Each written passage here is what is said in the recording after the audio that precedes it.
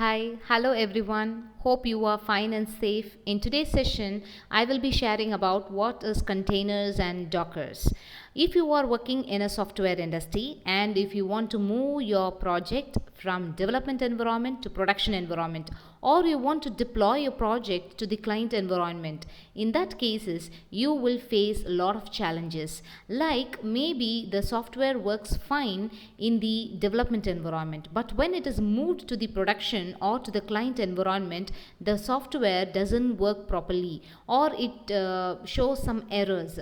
That is because of maybe because there is some problem in the configuration file, or some system dependencies are missing, or there is some missing library files, and etc. So lot of challenges are going in this side. So how to overcome those challenges is by using a concept called as containerization. Now what is this containerization? The idea actually came from shipping industry. In shipping industry, if you want to transport a product from one place to another place, if you want to transport it very securely, then you put that into separate physical containers, or called as cargoes, and it will be transmitted from one place to another place.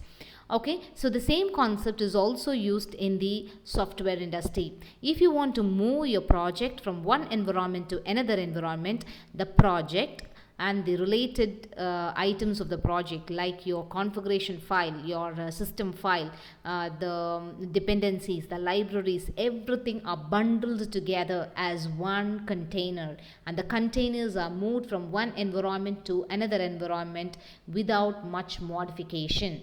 This is called as containers. So containers, in simple term, containers are nothing but bundling the application code with the dependencies, configuration files, system tools, libraries. In some cases, maybe some chunks of OS is also bundled together as one single unit, is called as containers. So once you do this, you can move your containers in from one environment to another environment without much difficulties.